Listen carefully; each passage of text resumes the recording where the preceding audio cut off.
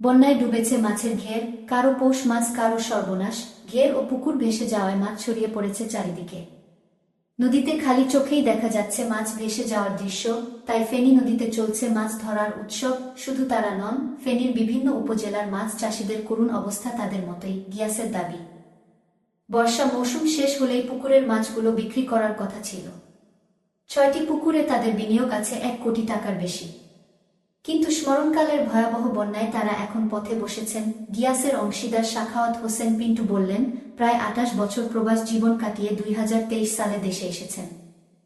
তার চিন্তা ছিল আর বিদেশ না গিয়ে দেশে ব্যবসা করবেন। আমরা কখনো কল্পনাও করিনি এভাবে বন্যার পানিতে আমাদের সব তলিয়ে যাবে। একটি পুকুরে আমরা ডিম থেকে পোনা তৈরি করি। সেই পুকুরটির সব মাছ কিছুদিন আগে 17 লাখ টাকায় কিনতে চেয়েছিলেন অপর এক ব্যবসায়ী। আমরা বিক্রি করিনি। এখন সব শেষ। এ বন্যা আমাদের একেবারে নিঃস্ব করে ফেলেছে। আমাদের ঘুরে দাঁড়ানোর অবস্থা নেই। ফেনী জেলা মৎস্য অফিসার হিসেবে স্মরণকালের ভয়াবহ এ বন্যায় জেলার 18,700টি মাছের পুকুর, দিঘি ও খামার ক্ষতিগ্রস্ত হয়েছে, যেগুলোর মোট আয়তন 2,278.53 হেক্টর।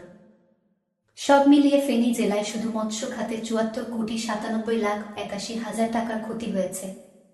যদিও মাছ চাষিদের মতে এর চেয়ে বেশি ক্ষতি হয়েছে তাদের। ক্ষতিগ্রস্ত হয়েছে সবচেয়ে বেশি সোনাগাজী উপজেলায় 4,280টি পুকুর, দিঘি ও খামার, যার আয়তন প্রায় 520 হেক্টর। চাষিদের ভাষ্য, মৎস্য অফিস থেকে বড় বড়